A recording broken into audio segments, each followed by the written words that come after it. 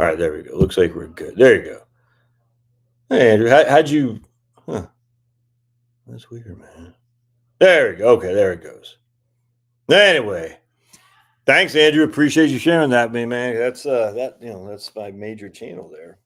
But anyway, so I guarantee LSU will lose today because the one time I want them to win, they're going to lose, and so their quarterback just does not look good.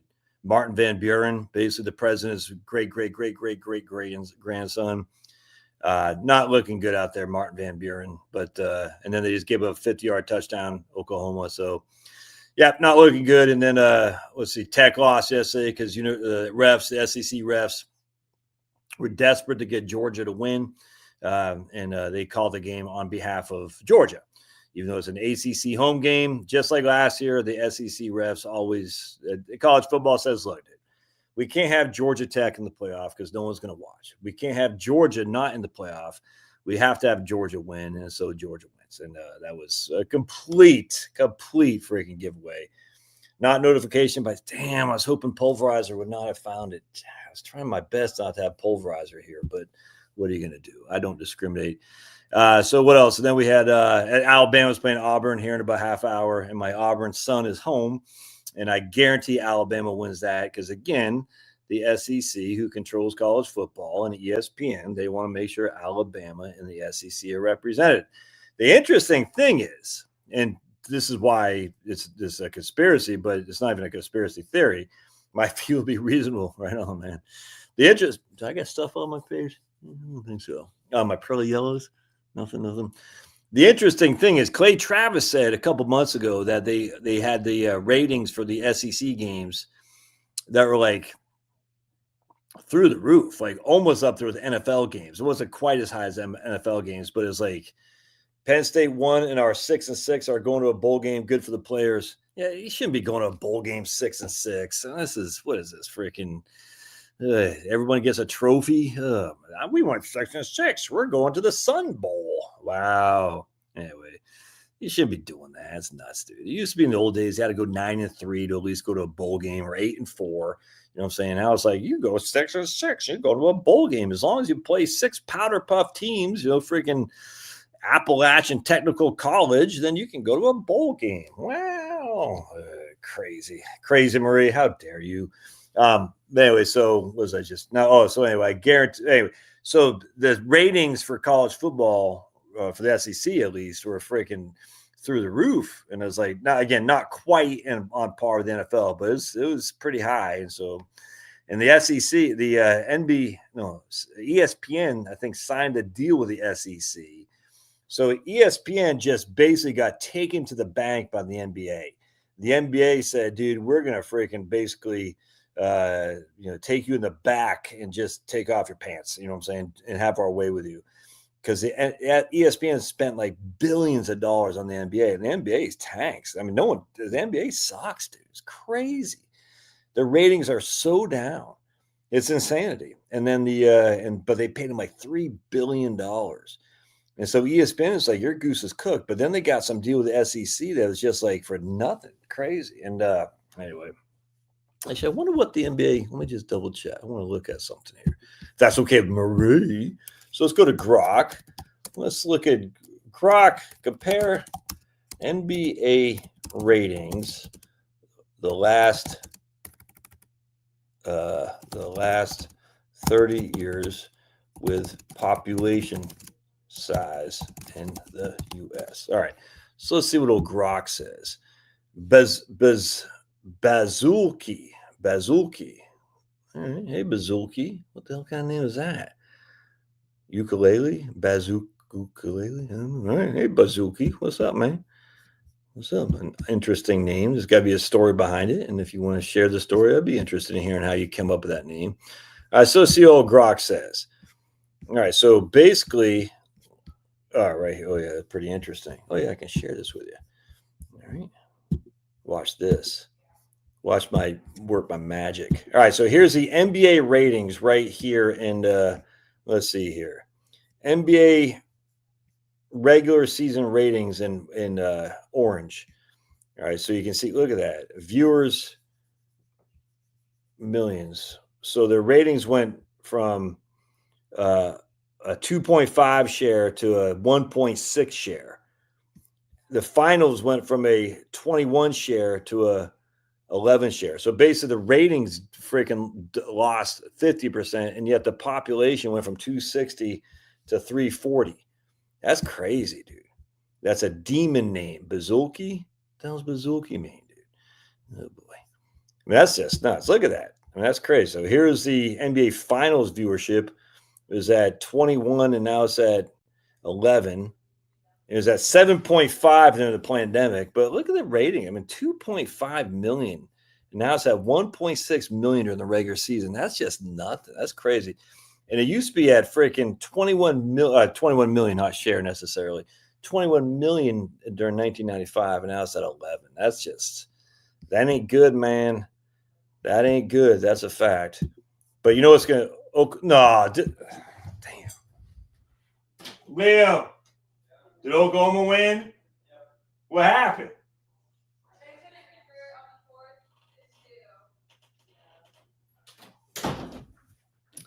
Yep, Martin Van Buren. Hey, that guy sucks, dude. Now we got to deal with SEC. We're going to have Georgia, I think, get a freaking bye. Why would Georgia get a bye? They're not even going to the SEC championship. Crazy. But at least we got a playoff, man. That's what I like. We just got a playoff. So that's good. So South Carolina got taken to the woodshed today by Clemson. That was good. Kentucky got smoked by Louisville. Georgia beat, obviously, Georgia Tech as the refs. And then who's the other? I think Florida and Florida State are playing. It looks like a close game. It looks like Florida's winning 17-14 last I saw. So Fast Eddie, that's your neck of the woods. Tell me who wins that game. And then Miami smoked Pitt. So Miami looks like a pretty solid CF college football playoff team. So Fast Eddie, tell me who's winning that Florida State game. I'd like to see that. Anyway, that's crazy. Overall decline in penetration. Damn, Grok. What the hell? Why you got to be so explicit? Yeah, Grok's like, and penetration. I'm like, dude, what the hell? How do I stop sharing right there? All right. So appreciate y'all being here for sure. Anything going on in your neck of the woods, everybody? So we got a couple people on X. Thank you for being on X. We got one person on my Facebook page. Thank you for being on my Facebook page. A couple people on the Josh Scanlon YouTube channel. Appreciate you being on Josh Scanlon YouTube channel, and the bulk will be here on the Heritage Wealth Planning YouTube channel. So I appreciate you guys being here. And we're going to probably end it pretty quickly tonight, after about an hour or so, because I do want to watch some of that Auburn-Alabama game and watch Auburn get killed. But Snowmageddon. Oh, speaking of which, another reason why we like the Big Ten as opposed, hey, Clint Perry, our Sooners got further than I thought. Yeah. Ah, man, Florida's smoking them now. Hey, look at my man Clint. You're an Oklahoma guy. I was going for LSU, but what are you gonna do? Snow again. You guys getting snow up there, Andrew? So I was watching the Iowa-Nebraska game yesterday. I was switching back and forth between the Iowa-Nebraska and the Mississippi State-Mississippi game. Mississippi State, Mississippi, everyone's out there in freaking, pants or shorts and sunny and warm. And then the Iowa-Nebraska game is all cold and snowy. And I said, this is what makes Big Ten football better. No one wants to see football in the sunshine in the middle of the winter time. Well, not winter, but, the end of November. Everyone wants to see football in the snow and rain and grass and sleet. It's just like they used to be. Anyway, it's fantastic. We have too much snow in Iowa. I thought climate change would fix this. Well, climate change is, that's the what they call the polar vortex. That's because CO2 from us burning internal combustion engines are causing CO2, which is causing the polar vortex to head south from Canada and make it cold for you. It's crazy. Hello, clownfish. Oh, there's clownfish. 007 clownfish. But I appreciate $10, Clint. If you got something on your mind other than Oklahoma, let me know. It's pretty cool when Oklahoma has the Sooner Boomer thing going in. Sooner Boomer, is that what it's called? Going over when they scored a touchdown. How did Oklahoma get that touchdown? Gordon, Texas. Hi, guys, is Gordon. Yeah. I just like, dude. LSU. So is what's his name from Mississippi? He's going to stay in Mississippi, or is he going to go to LSU? That guy, Lane Kiffin. About 4 inches in Northwest Ohio. Just had to shovel the driveway to run to Dairy Queen to get blizzards.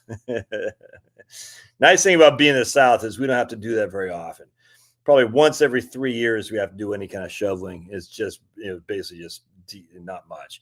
You get a little bit of ice on here and stuff, and there is something to be said about that. If you want to get out of the house and you just drive, you can do it. You don't have to worry about it.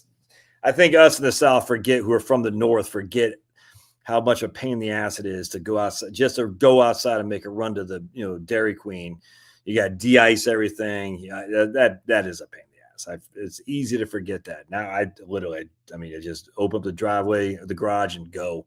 Don't have to worry about ice. Don't have to worry about de-icing. It's pretty sweet. So there is something to be said about the convenience of living in the South. That's for sure. We get a little bit of snow. I think every 3 years we'll get a couple inches. Nothing to deal with, and we'll get a little bit of ice, just nothing. And I got a garage, a 3-car garage, so we park our cars inside so they don't get iced up. You got to warm them up a little bit. So what I do is I warm my cars up while the garage door is closed, and I sit in the driver's seat, and I just like to get high. I'm like, whoa, man! I'm just joking, everybody just joking. So I warm my garage up with the cars on. I warm my cars up with the garage door closed. Just another day for Andrew doesn't panic over snow. Yeah, if you're living in freaking Iowa or Ohio, no one's going to panic over snow. It'd be like living in Maine. It's snowing. Oh, my goodness. Yeah, if you're living in Maine, you're going to get snow. It's crazy. Great high school football team, too, like the Jenks Trojans. Yeah, you just like because of the name Trojans. It makes you think. It makes you think that the hell's Del Brett saying? 3-2. What the hell? Makes you think that you got some ladies at the ready, if you know what I'm saying, Clint Perry. He's like, I like the Trojans. Oh boy, Del Brett. What the hell are we doing here? 3-2-1. Del Brett thinks he's in NASA. He's like, I'm going to the moon. Me and freaking the boys there. By the way, you want to hear something? No snow in the Philippines. Earlier today, my son was mulching the leaves. Tonight, I was shoveling snow. That's funny. I'm going to show you something that's funny. Last time I tried to drive in snow, I was in a dead panic. Well, you pretty much panic over everything, Penelope. You can't lie. You're like, Trump is a fascist Nazi. Trump is a fascist Nazi. And I was like, Penelope, are the Nazis under your bed right now? Yes, they are. My daughter is babysitting this dog right here. That's Louie. Dude, Louie the dog. Oh my goodness. He's like bigger than Pablo and Finnegan combined. There he is. And Charlotte and Liam took the boys for a walk, and they saw Louie, and Louie ran he's like, I'm getting out of here. He's so scared of Pablo and Finny. I was like, dude, look at this guy. Oh my goodness, so cute.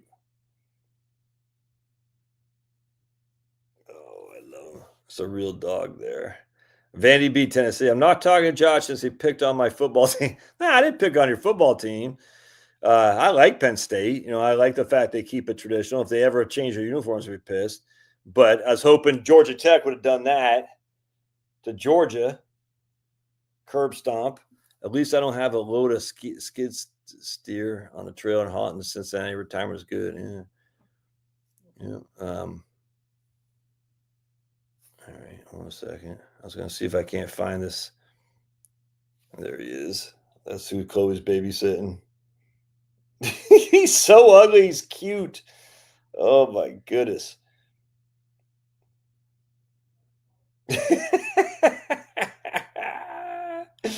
Oh, I love him. I don't know how Penelope can't stand dogs. Hope you had a great Thanksgiving. Hey, Rebecca, we certainly did. It was fantastic. In fact, I just posted the picture of our Thanksgiving picture. Oh, by the way, Charlie Brown, never forget that Charlie Brown had Franklin sitting alone on one side of the table. Smart, Charlie Brown, smart.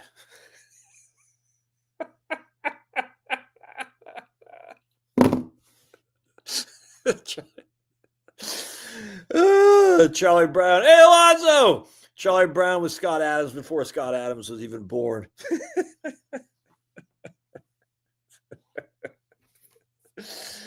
Oh my goodness, that is too funny. Anyway, so this is our Thanksgiving picture, if I can find it. Oops, what the hell, man? Oops. Oh, by the way, best logo in all sports right there. Look at that freaking crazy guy. That guy's nuts. All right, so I'll just show you my right there. That's our Thanksgiving picture right there. And I guess I'm still wearing the same shirt, even though it was 3 days ago. I love dogs, cats, not so much. Yeah, good on you, Penelope. Because the last thing we need is a freaking Southern California cat lady. All right, we have enough. I can't stand dogs either. Who the hell said Jeremy? Jeremy, did you change your name to Jeremiah on this one? What the hell, dude? What are you doing, man? Who says? No one on my YouTube channel says they don't like dogs. What the hell, dude? That's just freaking crazy. All right. Anyway, I was gonna try to show you this thing if I could. I'm sure I'm not gonna be able to find it. I was just going through some stuff on my I'm not gonna be able to find it. Anyway, it's just funny how NASA is I'm not gonna find it. Dag nabbit. Nabbit daggit. Anyway. Oh, I love indigenous people. They're all, yay, I love indigenous people too. Of Europe. No, I love indigenous people. Yay, of Europe. No. Most dogs are better than most people. I don't know if I agree with that. Damn, dude. Anyway, oops. I'm not going to find the thing on NASA. It's just kind of funny. Look at that guy, Sniffy Joe, and they say Trump's the one we got to be worried about. Oh man, I wish I could find it. Yeah. All right. Anyway, you don't get banned, Jeremiah. Exactly. He's gonna get banned. He keeps that crap up. Freaking Jeremiah. Jeremiah. Anyway, so there's a there's a thing that NASA posted. It's like, and you're trying to tell us the freaking you went to the moon? What? I'm not gonna find it. That's my Trump with Charlie Brown MAGA kicking the football. Trump, I tell you, man. I would love for Trump to win and all that stuff, but dude, you guys just, it's coming, Josh. He's playing 4D chess. Like, okay, never heard that before. It's crazy. Anyway, I guess I'm not going to find this thing on NASA. But yeah, that is pretty badass. Look at that freaking Pat the Patriot. That's 10 times better than the Flying Elvis. Look at that guy. He's freaking looking for blood. Right here. Want to improve your economy?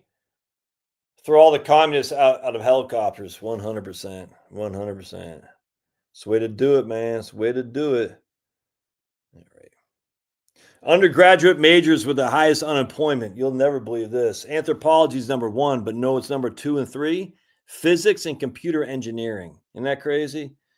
Physics and computer engineering. But we need H-1Bs because we won't be able to find the people to do the jobs. Okay. All right. So let's talk some tax stuff. Oh.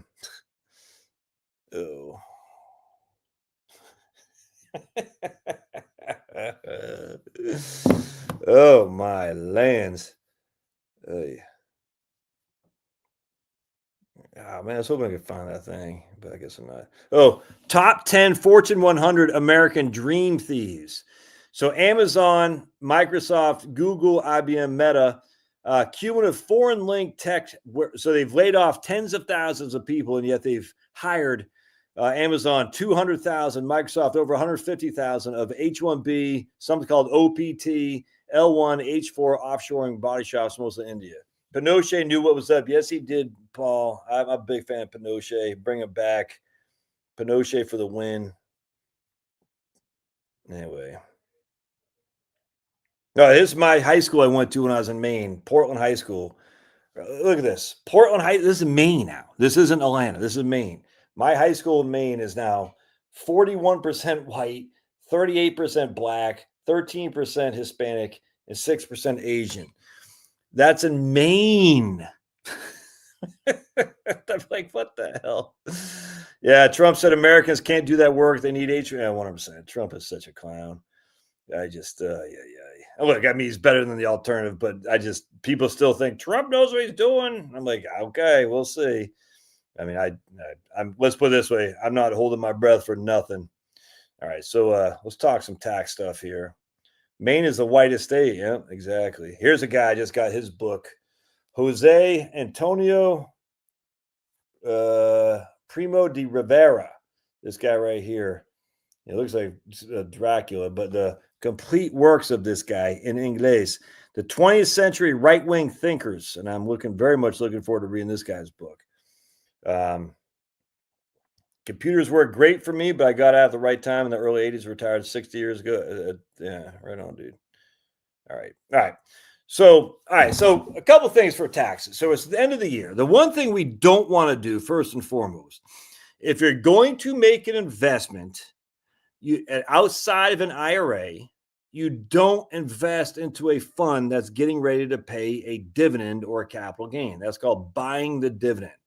The worst tax mistake you can do. Is stupid, because basically what you're doing is you're buying a taxable event. All right. So if you got 100 shares, or you're buying 100 shares, and for each share they pay $1 dividend, that is $100 taxable distribution that you'll have to pay tax on. So don't buy the dividend. You wait until the dividend is sent, and then you buy it afterwards. That way you don't have to buy yourself into a taxable gain. I've done videos on this a couple years back. It's been a while, but buying the dividend is probably the stupidest tax you can pay. Now, everyone and their mom says, yeah, but Josh, I'm getting more shares because the price went down. I'm like, dude, it's all the same. It's kind of like stock split. Said the dude looked like the Count. He did. He looked like Count Dracula. Yeah, and he's putting commies on pikes. That's what we want him to do. Now this is from Delgado, Spain. Or was that? Yeah, Spain. Delgado. You're Portuguese. Is that right, Paul? You're not. I think you're Portuguese. You're not. Or are you Spanish? Wait, are you Cuban? What are you? But you're from, what's your back? I thought I got Portuguese in my thought, but I'm not sure why I think that. Anyway, so going back is I've been following a little bit of the fascist Spanish with Franco and whatnot. It turns out Franco, something called the phalangist, and I don't know what the phalangist is. So that the guy was telling me about it on X. He said, you should read this guy's book if you can find it in English. I said, okay. So I haven't got it yet. I'm very much looking forward to reading it too, by the way. So I'm very interested in the phalangist or whatever the hell it is. I don't know anything about it. Nothing. I don't even know that much about Pinochet. Pops is a Cuban. That's right. Okay, right on. Yeah, I mean, Cubans are freaking legends. But I'm very much looking forward to reading the counter to the narrative of fascism always bad at all times. I have some money parked in the commodity fund. I don't care about paying some tax on distribution. Yeah, no, dude, but you don't buy it though. That's what I'm saying. You don't sit. Okay, let me just be very clear. Pulverizer, as always, doesn't get my point, because pulverizer is basically an infantile. All right. So we got to slow down. Pulverizer is like a Marine Corps infantryman. All right. You can't anything more than 3 syllables. You can't quite get it. So what's happening is, if you already own a position in a stock or a fund of some sort that pays a dividend, that's fine. You're going to have to pay tax on it. I mean, if you didn't know you were going to pay tax on it, that's crazy to me. You should have known that. But the issue is, you don't buy into it right before it pays a tax, because you're buying into what's a taxable distribution, where if you just would have waited till the very following day, you would have bought into it at a lesser share price. All right. So, I mean, it's all the same. I mean, literally everyone thinks if they do a stock split, somehow you're getting more shares for nothing. No, it's just 50. It's literally 6 in one hand, half dozen in the other. It's literally the same thing. The issue here, though, is when you make a purchase of a fund and it issues a dividend, you have to pay tax on that dividend, which is a net loss to you for sure. If you would have just waited for the dividend to be issued, then the price would have dropped by the amount of the dividend, and you could just go in there and buy it at a cheaper amount without getting the dividend. Buy the dividend is a big deal. I'm stunned how many people don't know this. Now, what happens is there's, Vanguard index funds don't have a capital gain or anything like that. So you're not really buying a capital gain if you're buying a Vanguard index fund, but there still could be a dividend. There's not much in dividends in terms of index funds today, but there certainly are, like Wellington. Sometimes there'll be a high dividend fund. It certainly can have a big dividend. You just don't buy that. And when I'm saying, look, $1,000 a month, $500 a month, that doesn't matter. You don't put $50,000 into a fund. Let me give you an example. I don't have my freaking calculator. So let me give you an example. Let's just say for simplicity, Vanguard Wellington is going to pay a 6% distribution. All right. I put $50,000 in there. That means I have $3,000 of income that I got to pay tax on just 3 months later. If I would have waited the very next day to bought that $50,000 worth, I would have the exact same amount as I did when I bought it, but I would have no taxes. I hope that makes sense. If I don't make any sense, let me know. We can go into this deeper. But it's the same thing. I have the same value, but the value is I have to pay tax on that $3,000 distribution. For just simplicity, we'll say it's 15%, that'll be $450. So I lose $450 because I bought the dividend. If what the next day is next year, I'll just do it next year. Yeah, no big deal. No big deal. Just wait. That's no big deal. It literally doesn't matter. If they issue the dividend the following year, the following day, it doesn't matter. But don't again. I'm not saying that $500 or $100. I put $1,000 a month in a VTI. I'm not going to change that for anything. But if I'm buying it, I want the money to go in that year. I don't know any. I get.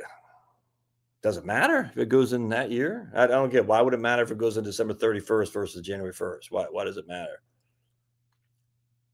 I don't get why would that matter. One day different. I don't get it. But anyway, so if you put the money in and you get that $3,000 distribution, it's going to cost you $450 that you're now out if you just would have waited to the following day to buy it. All right. So, okay. So Rebecca, because she's smart, says that makes sense. But, obviously Pulverizer, Fast Eddie, all these other guys, they don't get it. They're like, I don't know, man. That doesn't make sense. I want the money going that year. And I'm just goofing on you, Fast Eddie. I don't understand why. What would be the big issue about it going in that year versus the very next day?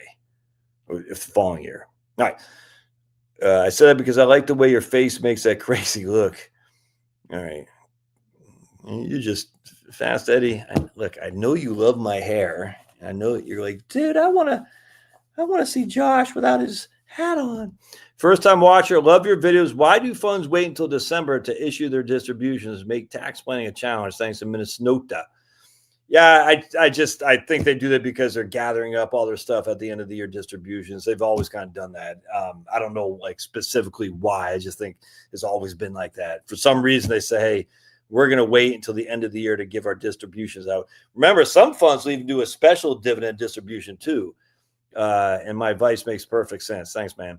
And then again, so if you're doing a special distribution, I literally don't know how you look up funds that are doing special distributions. Just look to see if your fund is. But sometimes there'll be a major special distribution and you're like, damn. Again, if you own the fund right now, that's fine.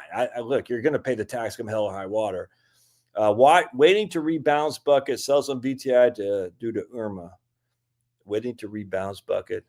Sell some VTI in my brokerage account due to Irma. Okay. Most funds don't wait until the last day of the year to pay cash. 100%. That's exactly right. I don't know any fund that would wait to the last day, frankly, but 100% J2 Biz. But most funds are going to do it the second or third week of December anyway. But that's right. And I remember, so just as a side note, we're only talking about brokerage accounts. We're not talking about IRAs. We're not talking about Roth. We're only talking about 401ks, only talking about brokerage accounts. Because only brokerage account pays taxable distributions. I find December 15th is popular. Yeah, it seems like there are. I think a lot of Vanguard is like December 22nd. Anyway, so the point being is if you just sold your house and you got $100,000 and you're going to put it into a fund, just wait until I would say next year. Don't put it in today and get the dividend. Now, if you put it into a bond fund, it doesn't matter. Because theoretically there could be a little bit of capital gain. I don't think so. There could be. Just be advised. The likelihood of there being a big capital gain in a bond fund today isn't very high. And bond mutual funds typically pay bond interest every month, even though a bond itself only pays quarterly, usually semi-annually. But bond mutual funds typically pay every quarter, every month. So, put in $100,000 in a BND or whatever, some bond fund, that's not that big of a deal. It's the stock funds for the major dividend distributions, the capital gain distributions. Just wait. I cannot stress this enough. Do not do that, because that's just idiotic, because you out $450 when you didn't have to be, if that makes sense. Stock splits, 100%, Brad. Stock splits trigger a psychology shift that causes the price to increase because people like to buy lower price stocks. You'll always win. I don't know about that. I'd hate to say always win. I'd never go on the. I'd never want to be accused of saying you almost always win if the stock splits. There's a reason why we have Berkshire A and Berkshire B, because Warren Buffett says the exact same stock. Yeah, but Berkshire A is, I don't even know what the hell it is, for $150,000. Berkshire B is what I think it's like 1/100th of that or something like that. So people be more inclined to buy Berkshire B as opposed to Berkshire A because they couldn't afford to buy one share of Berkshire A. I get that. But it's the same kind of concept here. They say, why don't you just split it? And Warren, this is a long time ago when they came out with Berkshire B. And Buffett said, why? I'm not going to split it. So he issued a different share class of Berkshire B. $750,000 for about $750,000 for A, about $500 for B. Wow, $750,000 for Berkshire B. A. Dude, I remember it was like at 120. That's crazy. Are you kidding me? Oh, by the way, and are these Nazis here in the room with us now? They're everywhere. Are the Nazis in the room with us now? I can't believe is that Berkshire A is freaking 750,000. Yeah, 770. That's crazy, man. Yeah. Whew. Yeah, I remember it's freaking like 120. I think that's when they issued the B's. Like it was one, yeah, right there about 2008. Yeah, 2007, 8. That's crazy, man. That's nuts. Anyway, I think the way gold's been going, the commodity fund will be paying out more than past years. Let's take a look. Actually, that's interesting. Let's take a look if I don't know why they would. Let's look at USAGX, capital gains, estimated dividend right there. Estimated distributions. I don't even know if this Victory is the name of the company. Distributions 2025. All right, let's see what we got. All right. I'll share the screen with you guys. Berkshire A. I'm cashing out CD next year. Is the only interest added to my tax? Yeah, 100%, Marie. There's no capital. Well, let me just be clear. If you have a brokered CD trades just like bonds. They have a fluctuating price. All right. So a CD at a bank has no fluctuating price. It just stays at $1 per share, $10 per share, whatever the hell it is. There's really not a per share. It's just you put $10,000 in, you get $10,000 in plus interest. There's no capital appreciation, capital decline, or anything like that. Brokered CDs that you get at a bank trades like a bond. There is a swing in share price, not very much. And the closer you get to maturity, the closer it will be to par value, basically whatever you bought it at or whatever is issued, I should say. So there's not, unless this is a brokered CD that had a wild swing in price because interest rate declined, there won't be any capital gains. I check under my bed every night to make sure Trump or some other Nazi isn't there. Yeah, what I'm saying. Vanguard Prime Cap or S&P 500 better for 401k? There's no way for me to answer that, brother. No way. I don't know. We're going to look up gold. All right, so I was going to show you this right here. But if you guys want to answer that for that, if you guys want to talk about that guy, Prime Cap versus S&P, hey puppy. All right, so here's the used to be USA Precious Metals Fund, and we see here right now, expect to have a finance category to fund this. Okay, where I see capital gains, key district. Well, we're going to show anything here. I'm not showing anything that's saying. All right, let's see what this says right here. Fidelity says, let's take a look. Distributions. Yeah, I don't know what's all right. So, yeah, I'm not sure what you'd have to look at this. So it's up 82% this year, averaging 16.47 for 10. Yeah, so this here's our. It didn't pay any dividend last year. That's interesting. There's a price by month, and doesn't say anything about potential distribution. So it doesn't even say about. Let's see here. Hold on a second. I want to see what the NAV price is. Hold on a second. Distribution right there. In terms of how much the percentage is unrealized gain. Look at that. Turnover rate 1%. Yeah, there probably won't be a capital gain here, Pulverizer, on this fund. Turnover rate 1%. Now that's as of February 2025. They're not going to be any. Look, I can't guarantee there. I highly suspect there won't be a capital gain. The big distribution here. But what this means right here is the bulk of the portfolio is unrealized capital gain. So whenever this fund sells, it's going to be a big hit to its shareholders. The shareholders can be like, wait, can you see what I'm looking at? No, you're not seeing what I'm looking at. Hold on a second. Let me switch out. Let me go to this right here. Hey, Lee, you want to bring my tea for me? Thanks, girl. Oops, hold on a second. Let me show you what I'm talking about here. Share screen right there. All right. So this right here is the turnover rate. Now this is as of February, so I don't know if it's still active or not, but you can see it's not a very heavily traded fund, which means it's not going to have, if it stayed like that, there won't be hardly any capital gain whatsoever.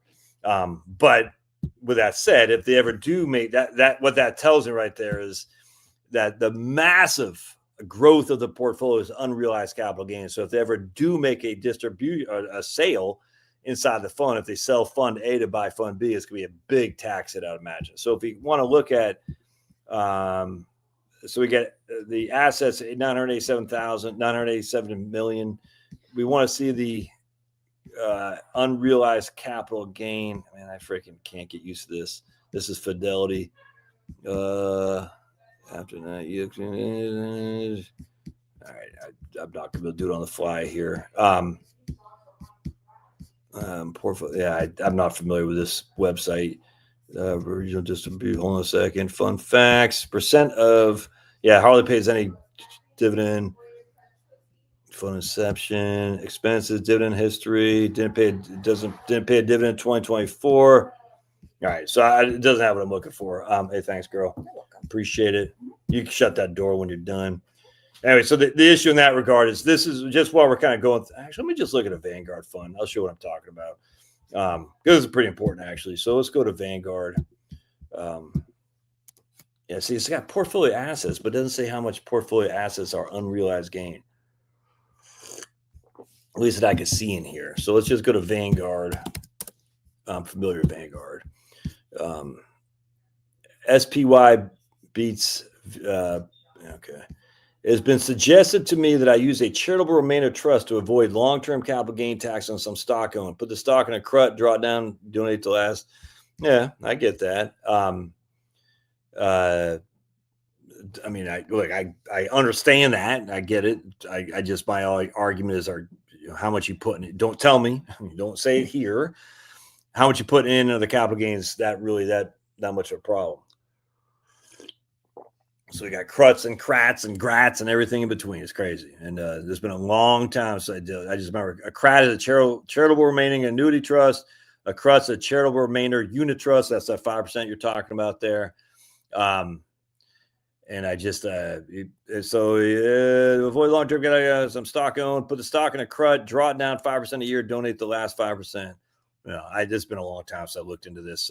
We used to do this quite a bit when I was in true wealth management, because I was a wealth manager actually, but I mean, we were doing this a lot. But at the end of the day, I can't remember the exact scenario for Kruts and Kratz and Gratz. There's something called a slat now. There's another one too I'm thinking about, intentionally defective grantor trust, IDGT. I'm just like, all that to avoid capital gain. Okay. I was like, is it? I mean, look, I'm not going to chastise you, nothing. Is it really that big of a deal? But it might be. You might be in a scenario where it is a big deal. I don't know. But anyway, let's see. My financial planner is suggesting equitable cornerstone variable index annuity, the GMIB rider. Anytime you have to say all this to talk about one freaking investment, I always run for the hills. I'm going to buy the equitable cornerstone variable indexed annuity with a GMIB rider. Okay, what does that mean? I'm not making fun of you, Jake. This is the issue with the annuity guy. Well, it's the GMIB rider on top of the GW guaranteed withdrawal income benefit, GWIB rider. On top of the death benefit, where the roll up. Some of these things are fine. I got no qualm with it. At the end of the day, it's like, dude, can they make it any more complex? Complexity is not. Simplicity is divine. Complexity is the devil's work. That's all I'm saying. I'm not saying this is a devilish scheme. I actually have no problem with many variable annuities. Index annuities, I get a little bit nervous about because they do have pretty significant surrender charges. Generally speaking, I don't know anything about it. I'm not bashing. I'm buying the equitable cornerstone variable index annuity of the GMIB rider. I just want to freaking jump off the Empire State Building. I just think, oh my goodness. I just say, what are you buying, Josh? I'm buying VTI and cash. Oh, no GMIB rider? No. No GWIB? No. No roll up? No. And what are the fees? 4 basis points. I'm goofing on you, man. I've done plenty of annuity videos. I'm a pro annuity guy, just FYI. So do not take this lightly. Complexity drives you up the wall. I plan to retire. So basically, one of the benefits of annuities. I was going to go to Vanguard. Would freaking Pulverizer, would you stop confusing me with everything I do? All right, so we're going to go to Vanguard. And let's bring up Vanguard. Freaking Pulverizer. I check in. We talk about that. Not a tax guy. CD interest is taxed the year is earned, not the year is paid. Yeah, but most CDs do that. But you're right.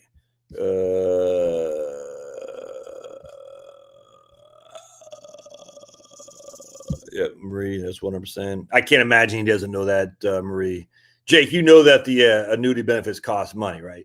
And they might be worth it. I'm not an anti-annuity guy. If you want anti-annuities, you come to the wrong place. I'm not.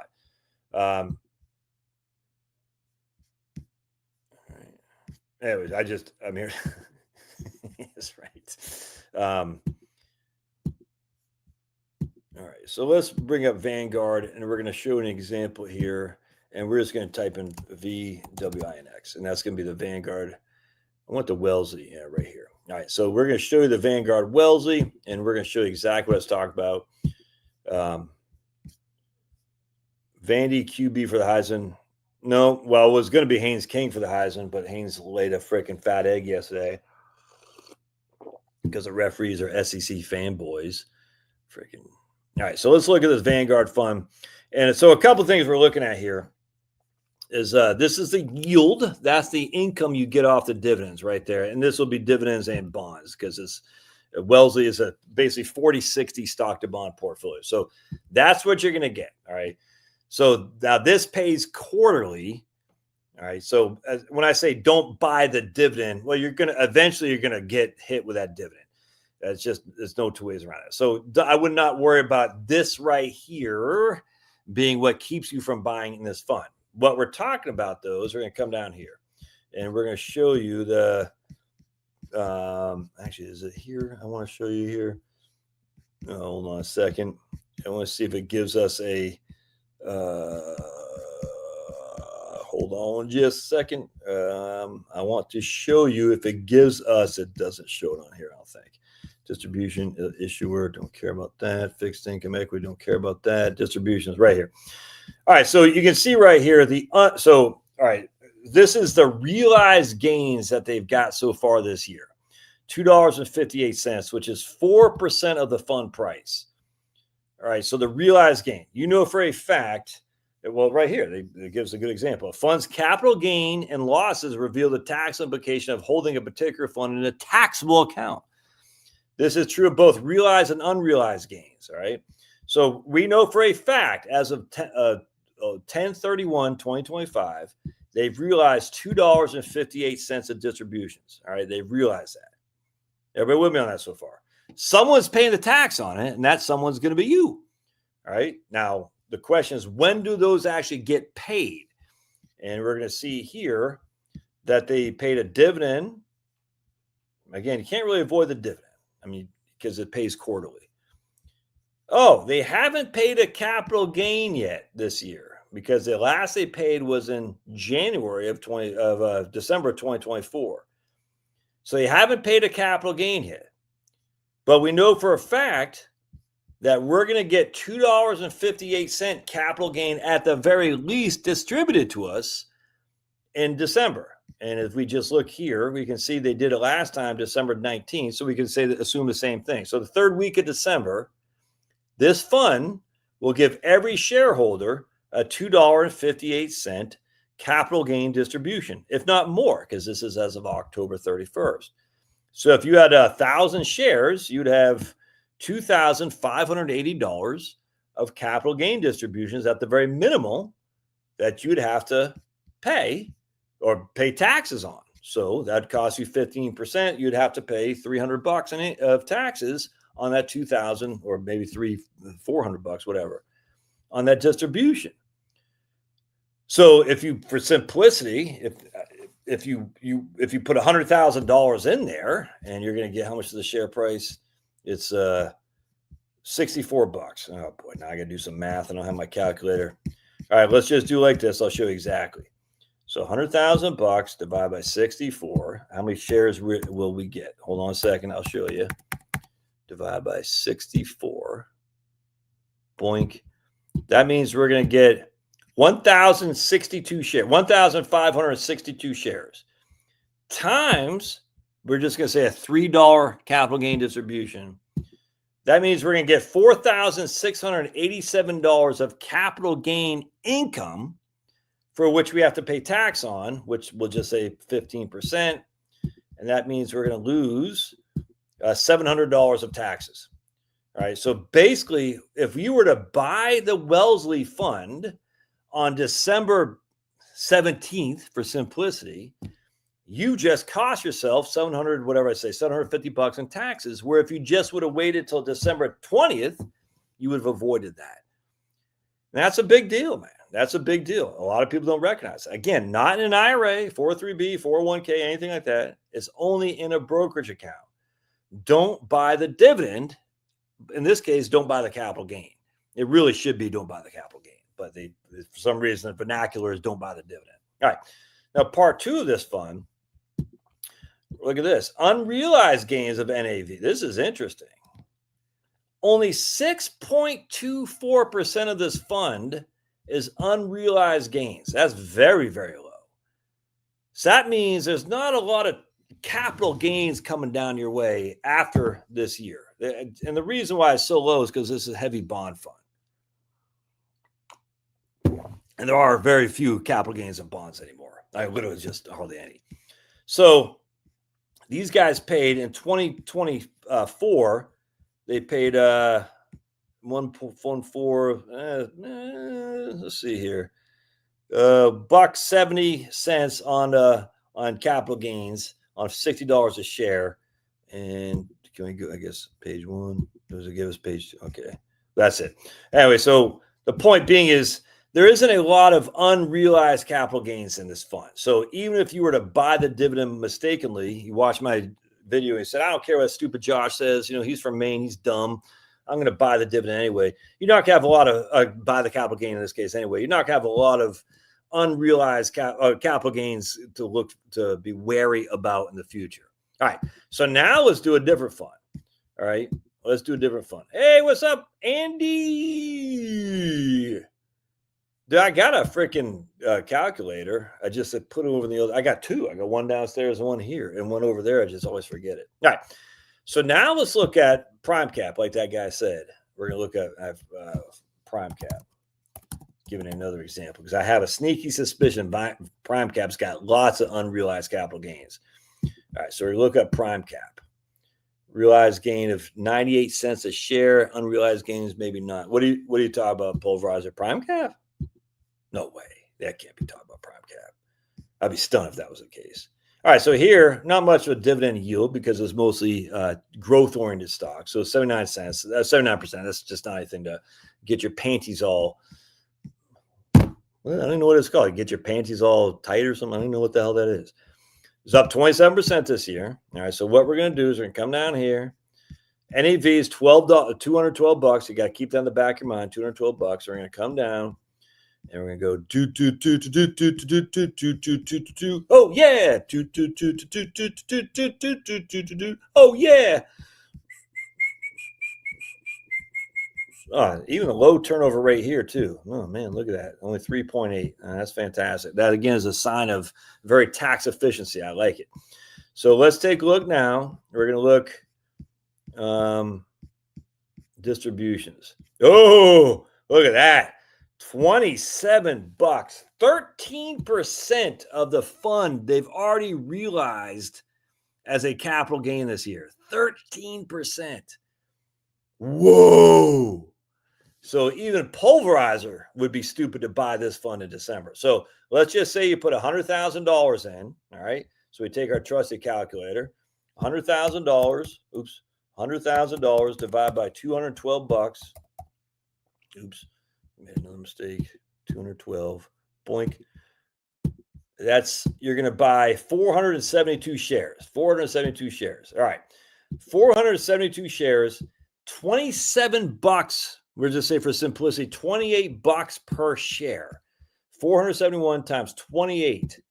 Boink, boink. That's a $13,000 capital gain distribution. This is just as of October. $13,000 on $100,000 times 0.15. That's $2,000 in taxes that you'd pay just to buy this in December because you want to prove me that you're like, Josh, I don't care what you say. And that would be dumb. Don't do that. Wait until the day after distribution. And again, the day after distribution, most likely, right here, December 19th, 2024. They paid $9 last year in long-term capital gain and short-term capital gain, 10 cents. Not much on 166. So basically, you're going to wait. I don't want to buy this fund before 12/19. I'll buy it on 12. It's really this date right here.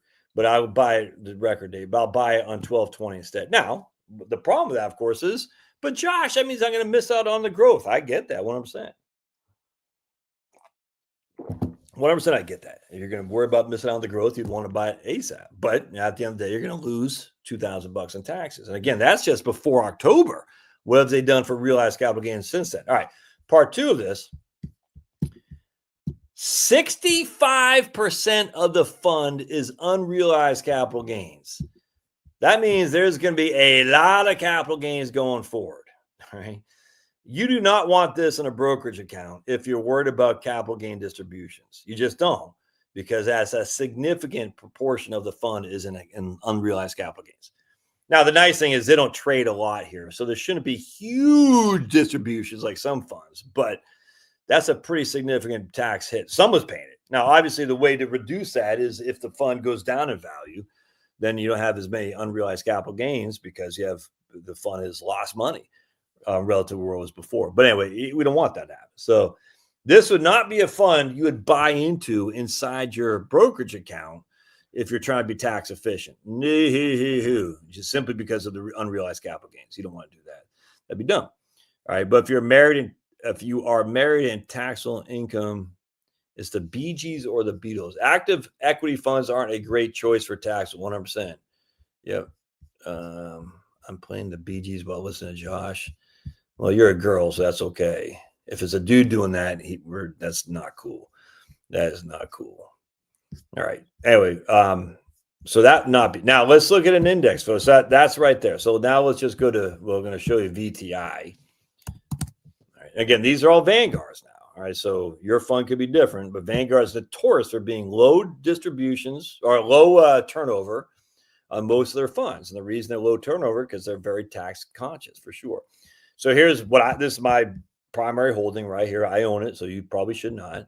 Little yield. So if I had $100,000 in here, I get what's that? $1,000 of taxable dividend over the course of the year. Just not a big deal. All right, now we're gonna come down here. We're gonna show you that. What was it trading at? $336. All right, and we're gonna come down here, and we're gonna show you something here. All right. Oh, look at that. Realized loss in that fund. Pretty doggone interesting. Realized loss. Yeah, that's kind of interesting. But look at this fund. The percentage of this fund, 61% of this fund is also unrealized capital gain. Again, that would tell you something, what I just said about the prime cap, that this is a tax bomb waiting to happen. Except there's no capital gain distributions in Vanguard index funds. Isn't that interesting? If you look at the distribution history, you'll notice there's no capital gain distributions on Vanguard index funds because of some structure they had with the SEC, some kind of patent they had that I think the patent is expired, but they don't have to pay capital gain taxes. Don't ask me exactly how they work that. You could look that up and you're like, okay, but either way. So this fund has massive unrealized capital gain, but I don't worry about it because that has never been distributed. There's been never a capital gain distribution in VTI. Maybe in 2002, but I don't even think that. Now you got dividend distributions, but not very much. So the point being, now the question is, what was I getting ready to say? I guess that was all I was going to say about. So the point being is, if I had to choose between a brokerage account and a brokerage account between this or that other fund, I'd take this 100 times out of 100 because there's less taxable consequence to me. Now, either of these funds, all right, when you die on any of these funds, it transfers to your heirs tax-free via step-up in basis. And if you live in a community property state, unlike me in Georgia, it could transfer to your spouse 100% tax step-up basis in a community property state. I think it was 9 of them, 10 of them, something like that. But I live in a common law state. So when I die, my wife will get half of this with a step-up, and the other half she'll have to pay capital gain tax on, assuming she sells it. Anyway, the point being is VTI is so much more tax efficient simply because it has a setup where it doesn't issue capital gain distributions, even though it has massive unrealized capital gains. I have the shares IVY in my brokerage account. Yep. VTI is an ETF, though. Yep, exactly. If you have 100 million in VTI, is that 100 million in VTI? You get whacked on state. Well, if you have 100 million in anything, you get whacked on state tax, man. Come on, it's not just VTI. It could be anything. The new Wellington ETF will probably be high tax consequences. I bought in an IRA. Well, it might be. I imagine it's because it's got bonds in there and dividend stocks. Let's see. If you are married and taxable income, if you would pay zero tax on that $13,000 gain. Yes, if you have, well, that's true. If you're below if you're still in the 12% tax bracket or below, you don't pay capital gain tax. That's 100% correct, Brad. A good point. Good observation. The issue, though, is at the end of the day, if we can avoid that anyway, why not? But I get it. The problem with the S&P 500 is that you are buying 7 MAG stocks and 493. Well, you're not really buying 7 MAG stocks and 493 others. I mean, 7 are heavy weighted, but there's still 65% of the portfolio is not those 7 stocks. So, I mean, I see what you're saying, but we've been through this before. Anyway, so now let's look at, I wanted to look at the Vanguard. They had a precious metals fund. I could have sworn precious metals. Yeah. All right, here we go. Let's take a look at this. This one. Yeah, all right. Is that Vanguard? No. Global capital cycles. What the hell is this? All right, let's see what this one. I don't even know what this is. World stock. Can you all see what I'm looking at? Yeah, right here. Okay, sweet. So this is the Vanguard version of the precious metals fund. Let's just take a gander, if we should. We're gonna come down to right here. Oh man, look at that. Wow. Realize. See, now the question, I don't think you take I can't remember. Someone's gonna have to look this up. Can you, I don't think the capital loss is distributed to the fund holders. I think it's just a capital gain. Someone look that up if you could. I can't remember. I just don't recall. So do you get the realized gain? I don't think you do. I think it's just stuck in their fund to offset some future gains. I don't think it's distributed as a capital loss that you can write off in your taxes. In fact, I'm almost positive that. But if someone wants to look that up, that's fine. Anyway, so they got 21. That's not as much I would have thought, but they don't have a huge tax consequence or a huge exposure to gold and precious metals. So 21% is unrealized capital gain. That's a lot, but not that big a deal. Actually, now, but I am curious. We're typing USAGX. Let's see if they got that in here. Let's see. Yeah. Ooh, maybe they can give us nice. Will they give us the facts on this? This one's got to have a big one, I think. A big one. That's what she said. All right. Oh, it doesn't. Damn. Vanguard freaking. I just want to see the percentage of USAGX that's unrealized capital gain and what the freaking NAV is. Not NAV, but distribution is going to be. Yeah. Stupid victory funds. You guys suck. Anyway, whatever. I don't know. You know what? Back in the old days, when I was at Vanguard, the Vanguard Healthcare was run by a guy named Ed Owens. I wonder what that has done. I can't remember the ticker. VTH. I forgot. Healthcare Fund. Yeah, what the hell was that ticker? All right. Yeah, VHCIX. There you go. That's what it used to be. I remember that. No, that's the index. Anyways, run by a guy named Ed Owens. Back when I worked at Vanguard back in the 90s. No, you cannot get capital losses distributed through a mutual fund. Mutual funds will distribute. Okay, there you go.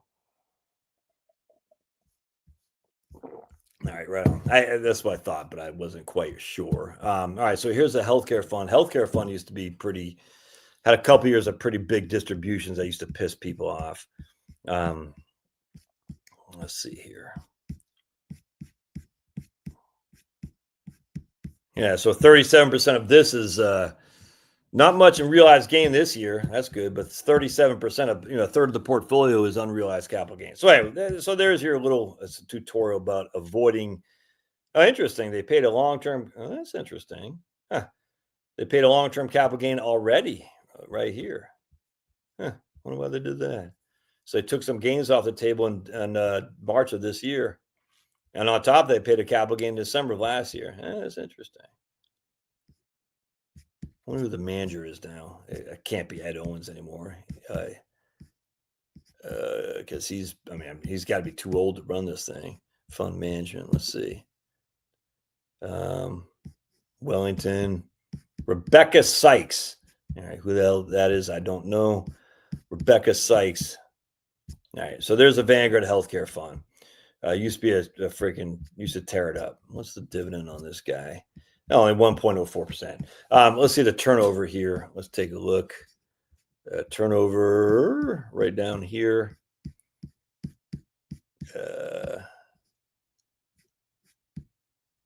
Right there. Okay, so much higher turnover than most Vanguard funds. All right, so there's a little tutorial on Fidelity is much better than Vanguard. Their website or what? I mean, I would say Fidelity funds are not as good as Vanguard, but I do like their website better. All right, so then a couple of things just on tax stuff. if you're gonna tithe, all right, let's just say, you make 100,000 a year, and you're like, I'm gonna tithe. Well, what you do is you'd actually, and we'll say you have some mortgage interest, real estate tax, and whatnot. Instead of tithing at $10,000 a year, what you should do, she is as DEI replacement. Exactly. What you should do is bundle up your contributions into 1 year. All right. So instead of 10,000 today, 10,000 next year, 10,000 the year after, you should just do 30,000 this year so you can get a tax deduction. Because 10,000 isn't going to get you over the threshold for standard deductions unless you have all kinds of other deductions. But you always want to bundle your charitable giving. All right. So if you're, again, that's a lot of money you got to come up with. But if you are going to do 10,000 a year and you have the liquidity, you should do it all in 1 year and say, I'm going to tithe for the next 3 years or 4 years or 5 years in this 1 year. Just give right away to the church or whatever you want to do. That way you can get the deduction, because if you don't do it, most likely you're not going to get the tax deduction. A lot of people say make sure you maximize your pre-tax stuff. Maybe. I don't agree with that 100%. I think a lot of people get way too enamored with tax deductions, and I just don't think they should. Talking to a guy today, a legend out there in Florida, and he had like 1.3 million in pre-tax stuff, and he's like, man, I'm going to get killed in RMDs. And it's like, you're just not. Your effective tax rate is basically 11% for the rest of your life. It will be in the 22% tax bracket, but it's an 11% effective tax rate, so you're just not to. So you're fine. He's a single guy too, so it's like just no Roth conversions or anything like that. He didn't have enough cash. I said, I wish he'd have more cash, but for a lot, so he's fine. But for a lot of people, especially if you're married, I just say, for a lot of people, I say, bite the bullet, man. Bite the bullet and pay a little bit more tax today, so that way you can avoid more tax in the future. And when I say more, I'm not necessarily going to pay more tax in the future. You'll probably pay less. But I'm just telling you, the one thing you don't want as an albatross around your neck is to worry about the taxes when you're worried about running out of money in retirement. You pay the tax now so you don't have to carry that burden in the future. I'm telling you, all the financial planners will spreadsheet me and say, you're wrong, Josh, you're wrong. Debt reduction is always paramount versus tax reduction. I completely agree, dude, completely. Absolutely. Tax reductions, frankly, pretty silly because there's not much. Your standard deductions are so high now. The difference between a $35,000 itemized deduction and a $30,000 standard deduction at a simple friggin' 22% tax bracket, it's just not a huge. It's like $660, whatever the hell it is. It's real money. Don't get me wrong, but it's not enough to make you freaking freak out like, it's not. Anyway, the point being is you don't fall under the illusion that, hey, take every single standard tax deduction you can take in your 401k IRA and whatnot, because they'll save on taxes later. You might save on taxes, but you actually save on nervousness. And you could, I don't know, but I think a lot of people don't. I think they'd much rather have paid the tax when they're young and can afford it than pay it in the future when they can't work. Yes. Give away your charitable 100%, man. Give away your stock that has unrealized gains. Yeah, I think, were you the ones talk about the CRUT, Bradley do right? Yeah, 100%. Give away, if you have unrealized gain and you have charitable intent and you don't want to wait till death to leave that to your heirs for step-up basis, give your unrealized, appreciated stock to your local charity. Now, I tell you, man, I don't like a lot of these charities. I think all of these charities should be taxed. All of them. We should get rid of 100% any tax deductions. All of it. Because what's happened is such a scam. It's money laundering operation. Absolutely. The vast majority of these charities of nonprofits, charities are money laundering for sure. So I would say, just instead of doing some stupid tax deduction, just give it to a local family in need or something like that. I don't trust these guys as far as the Salvation Army is pretty good. Goodwill is pretty good, but a lot of these other companies are freaking scams. It's money laundering for uber wealthy, and that's why we should get rid of all charitable deductions, to everything, to churches too. Oh my goodness, but we can't, do the Great Commission unless we get a charitable deduction. local, well, and it might be local family scammers, but if they're in your local community and you know them, the likelihood of them scamming you is probably less so than freaking some clown who's in Washington, D.C. pounding around with Sniffy Joe Biden. I'd rather pay the tax when I'm working versus later when I'm not working. That's why I stick with a Roth 401k IRA. Yes, yeah. And look at that. And old Jeremy's quoting that, attributing that to me. He didn't put the trademark on there. I should have trademarked that. How dare you, Jeremy? But anyway, and again, if you're going to give it to a local guy and he turns out to be a scammer, he probably needed the money more than you did anyway. That's the way I look at it. But you don't get to, like, they got these people on the sidewalks. Well, I'm new from Romania. I have no money. Give me money. And she driving on like a Mercedes Benz or something like that. It's, yeah, dude. I remember when, and you can save money in a Roth 401k, and you can save more in a Roth 401k over traditional. Exactly. Just don't spare change buying heroin. Well, I don't know about that, but a lot of these guys are freaking scammers themselves. I remember when I used to walk through Center City, Philadelphia. I remember this one fat white chick. It's just a young fat white chick just sitting on the side. There's freaking little pain out there every single day. I was like, dude, I guarantee you're a rich girl from the suburbs. I guarantee. I was like, and who's? I freaking used to piss me off. It's like work. If you don't work, you don't eat, man. That's from the Bible. If you don't work, you don't eat. It's just a fact. And yet people are like, I don't want to work. America sucks. I'm not working. If the market drops, good time convert to a Roth. Yeah, save a lot of taxes. Yeah, dude. And like an idiot, I didn't do my own advice. I was telling people to do that in March of 2020, Fern Fins. I was going through a walk, the neighborhood over there. I did a video. Do your freaking Roth conversions. Market's down 30% in like 45 days. Did I do it? No, I didn't. I'm like the cobbler whose kid has no shoes. Freaking idiot. Prairie Mark is 71. I'm 71 and retired. My wife is still working, putting a retirement in Roth. How much can I contribute to her Roth, if any? Well, I think the max this year is 7,000 pulverizer. Is there a cash up? I can't remember. But your wife is probably under the age of 50. You probably married some young hot lady, freaking, because I know your kind out there in freaking wherever you are in Minnesota. You're scouring around the freaking high school volleyball teams and say, hey, my name's Prairie Mark. Come marry me. So she's probably 18 years old, your wife. So she's probably only making $7,000 a year babysitting. So she could put that max in. I can't remember how much you can put in. I just can't recall. If she's over 50, and I don't remember how much, not the catch up, but I don't know what they've increased it till to 2026. I just don't recall, Mark. So you'd have to look that up.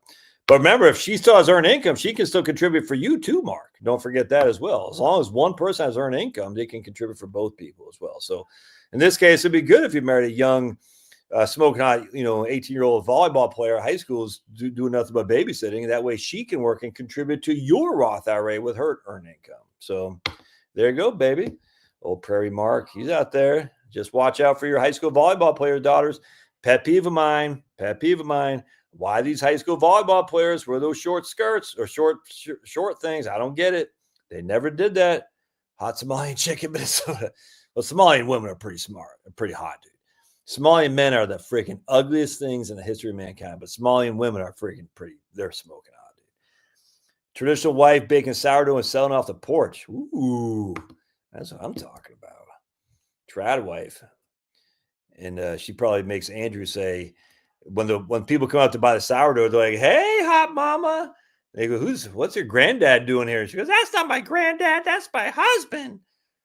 I do 100%. They wear it for us. There's no ways around that. I said, what happened was volleyball said, we need to show for girls volleyball, we need to show more skin so we can get more eyes on the prize. I still pet peeve of mine.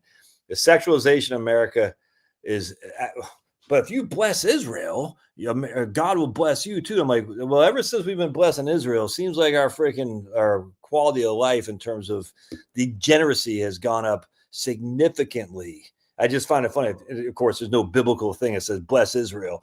Doesn't say that, but I always find it funny. It's like, because I hear these people all the time, Mark Levins and all that. if you bless Israel, you'll be blessed. Like, well, all I'm seeing is ever since Israel came on the thing and we've been blessing them with our money and our wealth and our freaking blood, we certainly haven't got a better society. That's for doggone sure. Not my wife. She can't cook at all. It's only gotten a whole lot more degenerate. That's just a fact. So if that is a thing, we should go the other way around.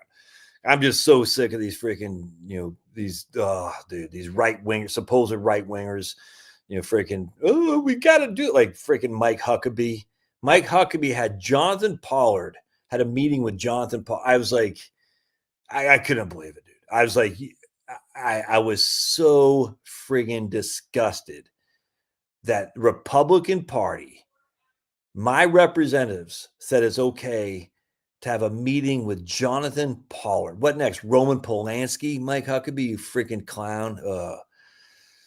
If we can get our young men staring at the volleyball team's asses again instead of their phone screens, that'd be a good development. That's probably true. Hey, Harry, probably true. But I mean, but they did the show. They had to show skin to get eyes on it for sure. And I find it sad. I find it sad that the only way to, to make women's sports somewhat mainstream is to sexualize it. And they're going to start doing the NBA, WNBA. They're trying to with Angel Reese and stuff, but it's going to be tough to have, 6'3" black women, 6'3" freaking, what's that chick's, some blonde chick that doesn't look that good, trying to be like all. It's just gonna be hard for that to go over as well. It's just not that, what's that white chick's name? I can't. Caitlin Clark. It's not all that attractive. It's not going to make it. Angel Reese is attractive. Don't get me wrong, but it's going to be hard to glamorize the WNBA the way they can in lacrosse, girls lacrosse, and girls volleyball. I guess I robbed the cradle. Yeah, 100%. And WNBA, not a very attractive group of ladies. And not only that, but they don't like men anyway. Jonathan Pollard is a freaking Israeli spy who ended up selling secrets that he stole from the United States, very important secrets that ended up in the hands was it Jonathan Pollard that ended up in the hands of China? There's another Israeli spy, or the USSR, I can't remember.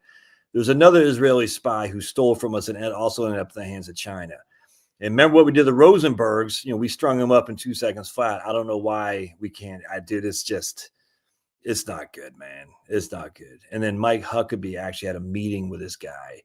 And then Jonathan Pollard, when he went back to Israel, they treat him like a freaking welcoming hero. It's freaking disgusting, dude. Pollard went to the commie Russia. Yeah, the Rosenbergs got the chair.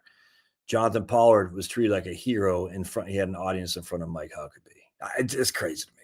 And then the guy from Syria, the bad Al Qaeda guy, gets a meeting with was it Trump or somebody? I forgot who it was. I was like, what the hell's going on here, dude? This whole thing is so stupid. Anyway, all right, I'm going to go watch some basketball, some football. Hey, can you recommend having a Medishare plan as a primary health coverage?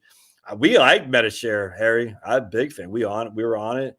The issue is we had pre-existing conditions for one of my kids that could have been pretty significant. So we got nervous that if we needed a heart issue, because she had a heart issue, that Medishare would not cover. And we got nervous. So we went on traditional health insurance after that. But a huge fan of Medishare.